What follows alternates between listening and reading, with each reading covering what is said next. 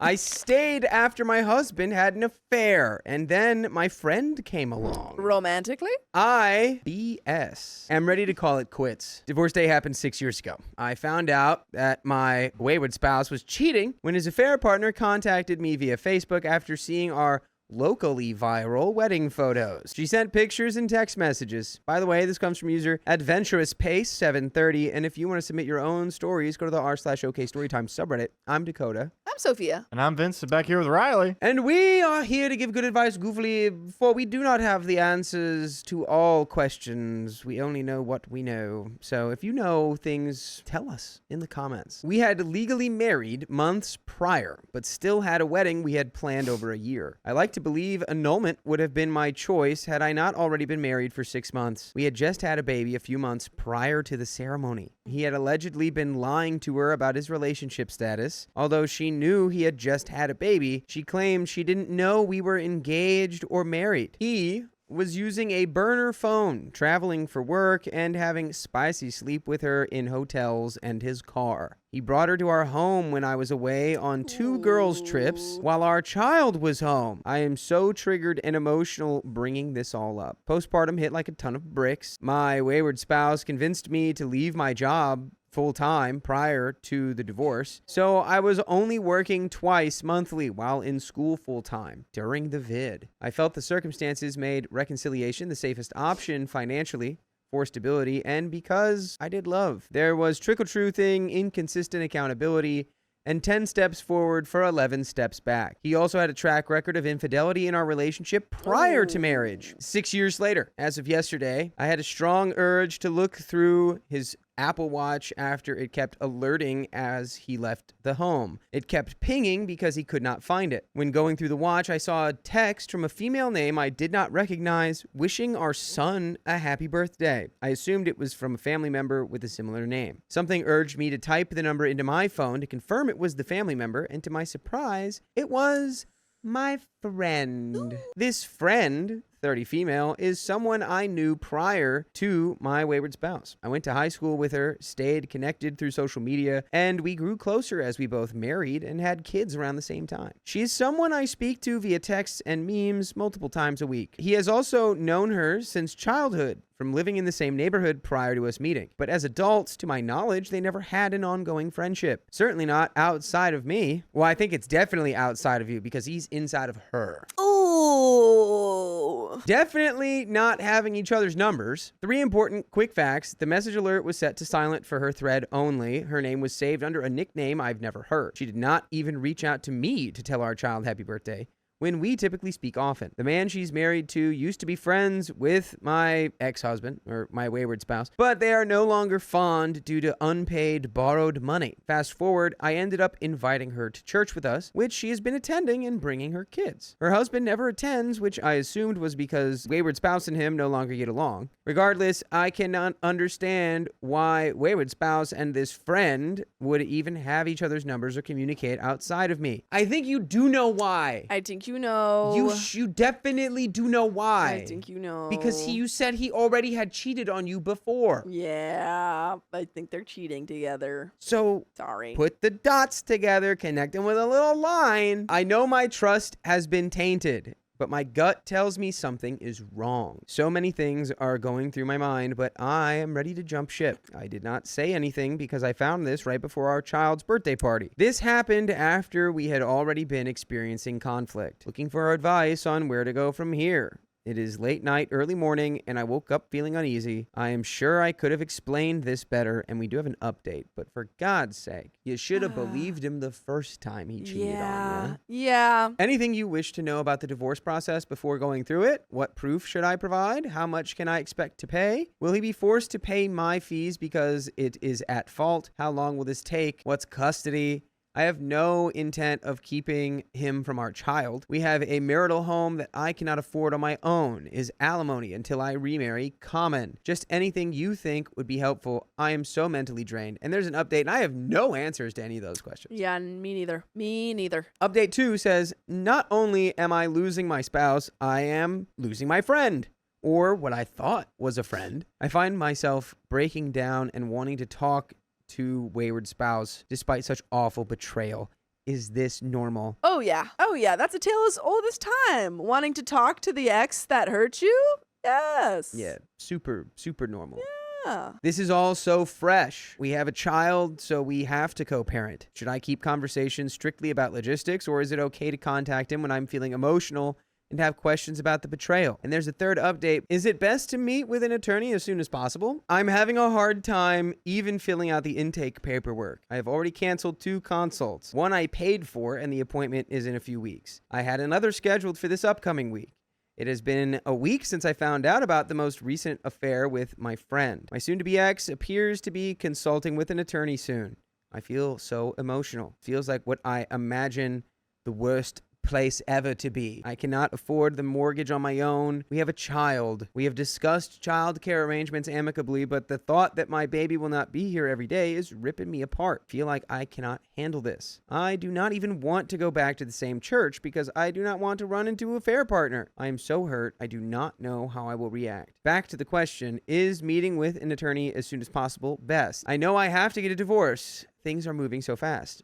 There's a 4th update. I'm so glad I did not listen to my soon-to-be ex's lies and actually paid attention to what he showed me instead of what he said, and did not have another baby and did not quit my job. Also, completed and submitted my intake papers for consultation. Nice. Baby steps, but moving forward. Update 5. The first time I experienced infidelity in my marriage, I was so ashamed. I kept it under wraps except for telling my mom and one close relative while going through postpartum. I did not tell any of my soon-to-be ex's family, friends, or coworkers. This time, I have told most of my support system and my ex's family. Although it hurts, something about it feels freeing. I finally feel seen. Knowing I have support has been everything. People have cried with me, prayed with me, called and texted, come over, and brought food. This is just a beginning as I move forward with divorce, but it feels good to know I am loved. And there's a 6th update. Has anyone prayed for clarity and for God to expose what was being done in the dark, only for the exposed lies and betrayal to make you feel like you were better off not knowing the truth? That's the plot of the new Knives Out movie. Do you have any biblical parables for that? With the truth not setting you free, but instead... I don't know. I feel like sometimes whenever people go through a hard thing,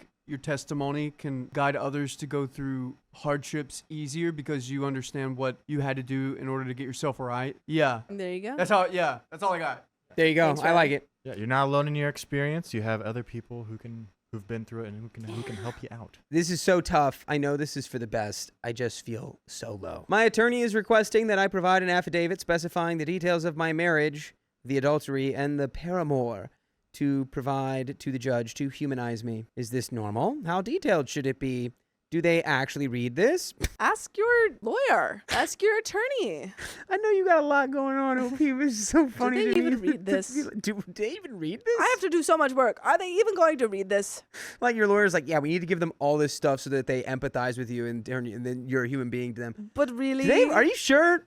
Are you sure? Let me ask Reddit. I know my attorney is saying yes. Can I just send them like a cool lip sync video? I just feel so boring. It's like Elle Woods at the beginning of Legally Blonde sending in a whole, like, she does like a whole, I mean, I'm thinking about the musical, but she does a whole dance number instead of sending in her, like, her letter. Yeah, no cover letter. I actually have this thumb drive. Plug A that in. letter's so boring and so much does not fit. Will this be available to the public? I do not know if my expectations are too high or if my attorney is just not that great. I am mainly working with the associate attorney who seems inexperienced. The main attorney just seems to say whatever sounds good. They had mixed reviews, but it feels like they're being extremely vague about what to expect for mediation. My soon-to-be ex and I are surprisingly amicable, divorcing due to adultery. This has cost far more than I imagined, and it feels like they have barely done any work. They constantly seem confused about my case and mix up files. With mediation less than a week away, I expected to be fully informed. I almost wish we went straight to mediation without attorneys. My soon-to-be ex does not even have representation. AI and Google have been more helpful. I think if you're unhappy with what,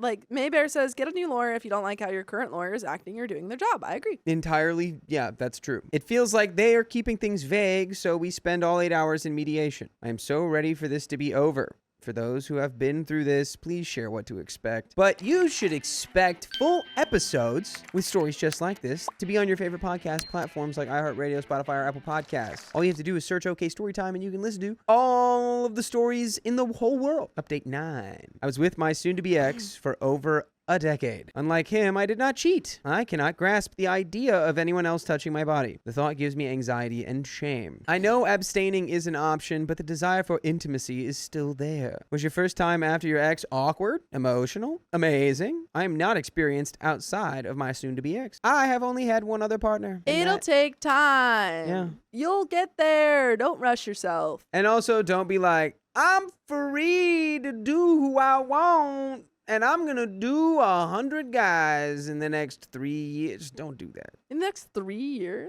Yeah, I don't know. My husband and my best friend had an affair, and I found out at the hospital. Arguably the worst place to find out. My husband, Andrea, and I have been friends since I was 3. Together since 17, married at 22. We're divorcing now because he had an 8-year affair with my best friend, Jessica with a G. Dude, oh my God, I hate her already. Jessica with a G? Jessica with a G, Jessica. You Jessica? suck. I discovered everything when she was about to give birth to his child. By the way, this comes from a llama, 9999. And if you want to submit your own stories, go to the r/OK Storytime subreddit. I'm Sophia. I'm Dakota. And I'm Vincent. And we're here to give good advice goofily, but we don't have all the answers. We only know what we do, so let us know what you would do in the comments. I grew up with trauma that gave me PTSD. I spent 2 decades in therapy learning to trust again, to not get triggered, to rebuild. I thought I'd done the work.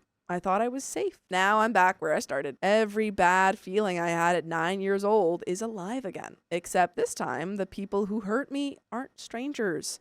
Their family. The worst part, having to carry the weight of their choices. Having to rebuild again because they couldn't go to therapy. Because they couldn't learn. Because they couldn't be better. People keep telling me this is the worst betrayal scenario possible. I don't think so. The worst scenario is giving up. My mom is a psychologist. She once told me the hardest part of her job isn't hearing terrible stories. It's watching people refuse to save themselves. I won't be that person. Andrea pursued me from the beginning. When I moved back to Japan as a kid, he sent letters. Long ones, full of details about his day, asking about mine. He learned Japanese for me. Not because I asked, because he wanted to. When we got together at 17, he was the one who wanted everything. Travel together, move in together, marriage, buy a home, plan our future. His choice always. I made myself clear early on. If you want to leave, leave. I'm not someone who begs for presents. I told him this repeatedly over the years. He knew I'd handle divorce calmly. No drama, no begging, just a clean exit. Still, he created a world in his head where I was the obstacle to his happiness. As a partner, I showed up every day. I never skipped an I love you. I held him through every misunderstanding, never let him go to bed angry. I listened carefully when he talked about his day, his dreams, his fears. I encouraged him when he doubted himself. I was a good partner, I know I was. But Andre wanted something different. He wanted trouble, excitement, power. He wanted to feel like he was getting away with something. He was uncomfortable with how much money I made. There it is. There it is. The simple truth. Yeah. When I booked modeling jobs, he'd get quiet, withdrawn. He felt he had to reach higher standards constantly just to be with me. That's what he told Jessica in their messages anyway. None of it was true. I was proud of him exactly as he was. When he talked about his work, I'd light up. When he accomplished something small, I celebrated like it was huge. To me, he was the only one. I had eyes only for him. I sometimes had trouble even noticing when other men were flirting with me. Andre was my world. So what did Jessica give him? An easy victim. She was happy with so little. False promises satisfied her. A few gifts, letters that were shorter and less thoughtful than the ones he used to write me. A couple of messages where he complained about me sent while he was lying in bed next to me, telling me I was the best thing that ever happened to him.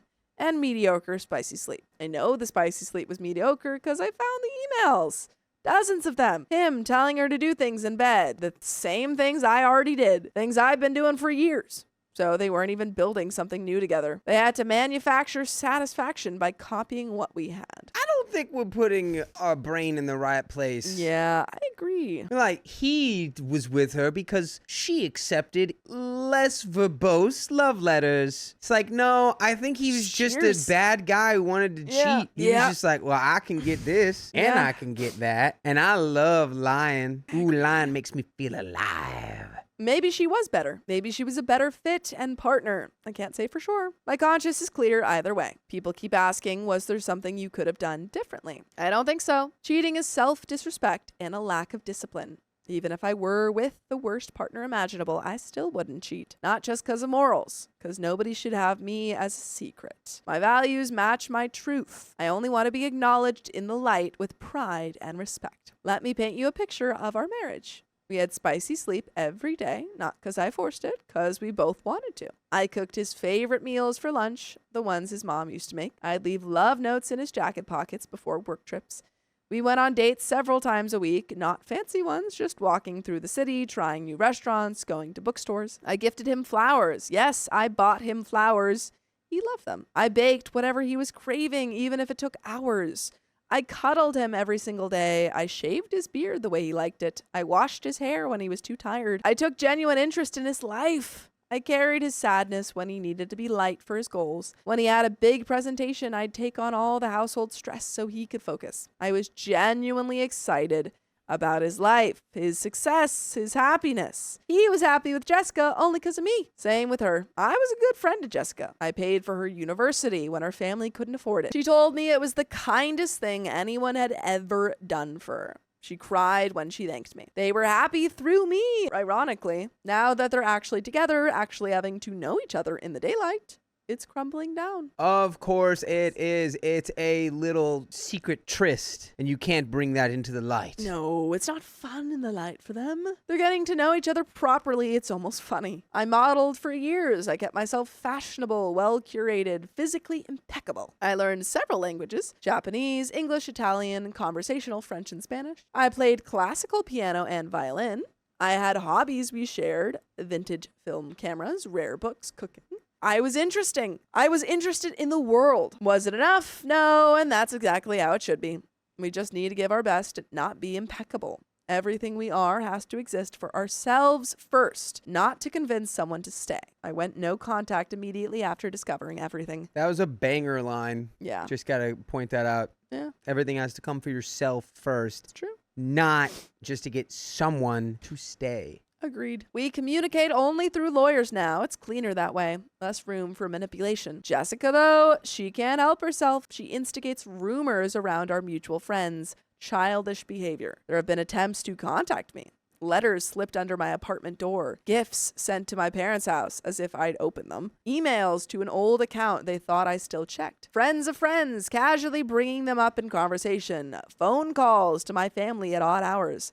Does Andre regret it? Maybe. He regrets his current situation, that's for sure. I don't know if he'd do it all again, given the chance. My guess, if someone guaranteed him I'd never find out, he'd cheat again in a heartbeat. He asked for counseling multiple times. This was after initially telling his brother he was finally glad to be with someone who understands him. Yeah, okay. What? Sure, that's what this is. Picture this. This is you finding the person Yeah. who really gets you. That's what Yeah. this was. Yeah. And it's Jessica. Picture this. Him on his knees outside our lawyer's office, hugging my legs so I couldn't walk away, crying, making foolish promises about how he'd fix everything and be better, all while living with her, sleeping in her bed, raising their son. The theatrics were almost impressive. Does Jessica regret it? I really don't think so. I believe she disliked me from the very beginning. There was never love there, just bitterness disguised as friendship. I think she actually wanted me to know about the affair. Wanted me hurt, wanted me broken. I never cried in front of them, not once. I never begged, never acted desperate. I think that unalives her. What she dislikes is the aftermath. Having a kid out of wedlock in a conservative Italian town, losing almost all of our mutual friends, being part of a nasty public divorce where everyone knows she's the mistress. Reality is hitting her in ways she didn't anticipate. People kept asking why I wouldn't show her his messages. The ones where he complained about her, compared her to me, said he felt trapped. Why wouldn't I blow up their relationship? Because she doesn't care. She knows his heart isn't fully hers. She knows he still thinks about me, and she's still by his side. She gave her teens and 20s to this man. They have a son together. She's not leaving. Showing her the messages would just be giving her more of my energy, more of my time. Why would I do that? Some people wondered if Andre was controlling. I'm not equipped to say definitely. He wasn't controlling in the traditional way. He never told me not to work, have friends, dress certain ways, not to have babies, but he used to express great discomfort about my modeling, about men at work, about any man in general, really. It was never loud, never an argument, just quiet comments. I don't really want to talk about this right now. Subject closed. Looking back, I wonder how many of those quiet comments were actually manipulations. I can't blame him entirely for the modeling discomfort. The industry can be inappropriate. Casting directors who touch you too long, photographers who make comments, coworkers who are shady. So I never got particularly mad about his concerns. Jessica was controlling too, but in different ways. She always expressed passive discomfort around me and our other girlfriends. She didn't want any of us talking to her parents alone. What? She's like, you can't talk to my parents. No. You can't talk to my parents. I don't know what they might tell you. Didn't want us in secluded places together. We thought she had trust issues from her past. We foolishly tried to support her through it, make her feel more secure. Turns out she was the one who we couldn't trust. He made shady business deals, this is Andre again, that hurt my dad's company. I discovered this when Jessica was about to give birth. I got my ducks in a row, put myself in the best position. When she gave birth in our hometown, I went to the hospital. I wore pretty heels. I walked into that room and handed them a package. Documents about suing him and his family, and a special gift for the son. Something meaningful enough to create trouble for both of them. I ruined the first days of having their son, then I walked out. Now I just want my money back and to move away from Italy. He's drinking heavily now. Some say he got engaged to her. He was about to cheat on her already. I believe he resents her. She feels like she needs to prove the affair was worth it. I'm interested in someone new. He got cheated on too. We're taking it slow. I don't want us to bond over being cheated on or get stuck in the past. He's smart, funny, sweet. We're building trust carefully. Big news, I'm going back to university. Nice. I want to become a human rights lawyer. I'll move to the US soon. My health has been getting worse, but I'm strong. I'll get through it. My dad's ex-wife and her affair partner are divorcing after 30 years. He cheated on her. The irony isn't lost on me, but I'm not waiting for karma. I'm building my own future. And there is an update in the spring of 2023. Away from the Italian countryside. I hope so. I hope you've moved and you're happy with this new guy and everything's good. My ex saw my post. I'm pretty sure he private messaged me. The relationship with the new guy is fragile. There's something he did that makes me doubt everything. I don't want to ignore red flags like I did before. It's hard because I'm really into him. Despite our differences in interests, ideas, mindset, I never want to change him. I don't think it's mutual. He seems overwhelmed by us, anxious in ways I can't comprehend. I care about him. I care about me. We don't need to be together to be happy. For now, we're stepping back. Maybe we'll try again later. Andre is trying to screw me over in the divorce. He did me wrong, yet he wants me to pay? He's angry that I'm set on leaving completely. He's being mean. I'm tired of explaining things to people, that I'm not responsible for his cheating, that men aren't children and mistresses aren't victims. They both chose this willingly. Yeah, they chose this willingly for almost a decade. 8 years. That's insane. There's no defense. It is indefensible. They had an actual child together while you were married. I even had to defend Jessica in some conversations. She didn't seduce an innocent man. He was willing. They're equally responsible. I worry about their kids sometimes. That child could have had me as an aunt, maybe a mother figure. Instead, I'm here apart. I've been thinking about consequences versus karma. It annoys me that Andre thinks he's experiencing karma he can blame me for. It's not mystical, just consequences. If you cheat with a cheater, getting cheated on isn't karma. It's the obvious outcome. Some positive things. I bought a pretty dress, went to a jazz concert, spent some time with my mom and a close friend who shut down a man flirting with her because she respects relationships. I bought new vinyl, donated clothes and money, had lunch with my brother, talked to a serene older lady at a cafe, went to a sauna, set new goals. I'm still very sick, but I'm handling it. And there's a third update. Jessica is still obsessed with me. She contacted my lawyer asking to talk to me. A few weeks ago, I went to my ex-niece's recital. She's my ex-brother-in-law's daughter. I only went because I love that little girl. It was awkward. Jessica kept staring at me like I was the imposter and she was the original family member. My niece calls me auntie. She calls Jessica little cousin's mom, or just her name. Yet Jessica acted like I was ruining her family dynamic. She contacted me because she's afraid I'll interfere with her life with Andre. I responded through my lawyer. This will be the first time I acknowledge you. And the last time, I want to hear from you. Your family is not my business. Your insecurities do not hold meaning to me. You're asking for loyalty and understanding from the wrong person. What I do in my romantic life is not your business. Erase your desire to contact me. It's delusional to think the person who got cheated on should provide security to the affair partner. I see this pattern everywhere. The affair partner becomes the partner, then gets cheated on, but it's different for them. When they were the affair partner, their cheater was in a bad relationship, and what they had was real love.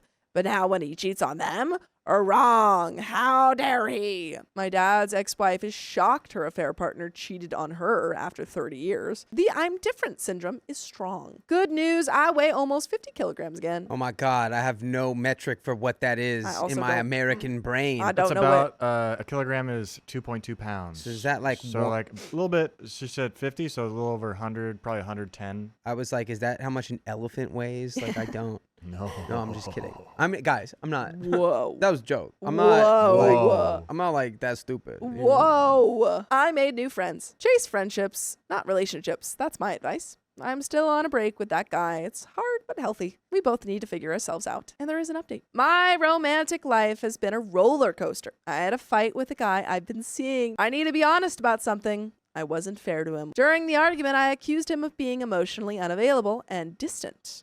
I wasn't wrong about that, but I also wasn't honest about how I'd been comparing him to Andre in my head. Every time he needed space, I panicked. Every time he was quiet, I assumed betrayal. I projected my trauma onto him without giving him a chance to just be himself. When he finally called me out on it, I deflected. I made it about his flaws instead of owning mine. That wasn't fair. He deserved honesty, not my defensive reactions. Okay, yeah, you were at fault.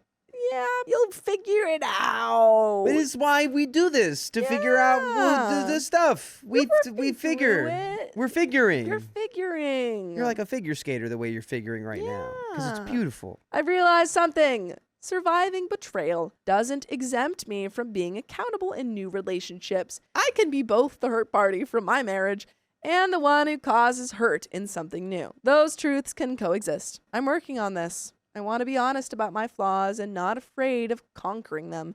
It's hard getting better, but it's rewarding. Update 5. I'm officially divorced. Woo! Once we're in the winter, we got divorced. I live in the US now. It's different from Italy, but I'm adjusting well. I visited Dallas, New York, Chicago, and Miami. Traveling helped my mental health. Andre took the divorce hard. At the end, he understood it was truly over. We're so far removed from each other's lives now, it's scary. Very new. I'm working on getting into university next year. My health is getting better. I had a mental breakdown in September that cost me a possible romantic connection. That guy I kept talking about, he taught me something important. I used to tell him, it's just a marriage. He disagreed. He was right. It wasn't just a relationship. I underestimated the weight of connection and love. A marriage has meaning. So does its end. He also taught me I wasn't over a lot of personal issues. I wasn't honest with myself, and that was annoying to face at first. But I'm learning. I'm working on becoming better. Post-divorce reality is weird, liberating, and new. Everything feels both new and old. I feel like the same old me, but I'm still learning. Dating is a new concept. It's weird thinking of loving someone else, but it brings curiosity. Spring! It all feels so distant now, almost as if it's not my story, and this is spring 2024. I remember spending all my time drowning in sorrow, believing I'd forever be the person who got cheated on, that the people who hurt me would be the only happy ones. I'm happy to say that's completely out of my reality now. I rarely think about it. I rarely feel like a survivor. Yes. I'm not forever a victim. Someone else's lapse of judgment doesn't define my happiness. I've dated around, had some intense connections and relationships. Loving someone else felt so different from loving Andre. But right, I'm currently single and very happy. Back in my home country, but I'll move out again. It was a common friend's birthday party. We had a weird moment. He spent some time talking to my friends. Then, for the first time in a long time, he approached me. This is Andre. Looked me in the eyes. It felt sincere. Finally. We had a normal conversation, updated each other on silly things, cathartic. At times, it felt weird that we weren't even friends anymore. Other moments, it felt weird that he betrayed me. Other times, it was clear he's a slave to his desires, a man who lacks vision. He's still with Jessica, not out of love, out of duty. They're not happy.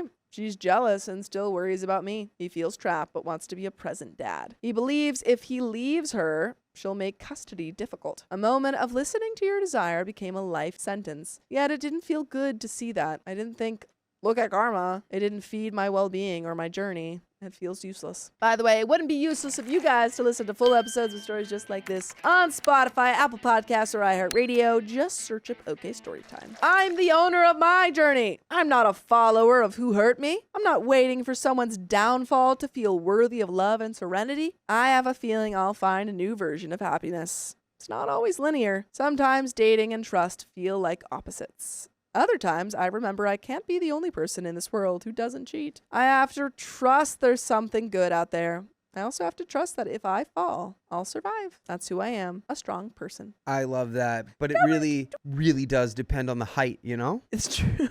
It depends on the height and depends also on how tall you're what firing. body part you land on. But True. I believe in your ability to survive a fall people- from moderate height. Because it feels so unbelievable that you could survive a fall at Yeah. terminal velocity. That's crazy.